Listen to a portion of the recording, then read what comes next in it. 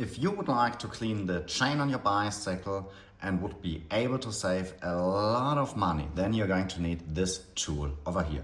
You're going to see the brushes inside. You're just adding a little bit of warm fluid mixed with a cleaning solution till it's like 2/3 of its maximum capacity. Then you're going to insert the chain just like that. Make sure it's exactly in the middle and close it.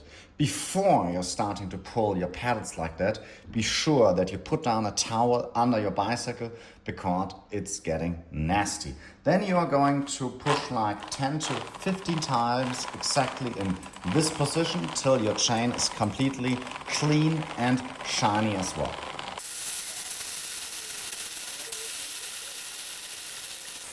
So right now you see a lot of the fluid is gone. You're going to have to clean it inside as well and going to empty out the dirty fluid into anything next to it.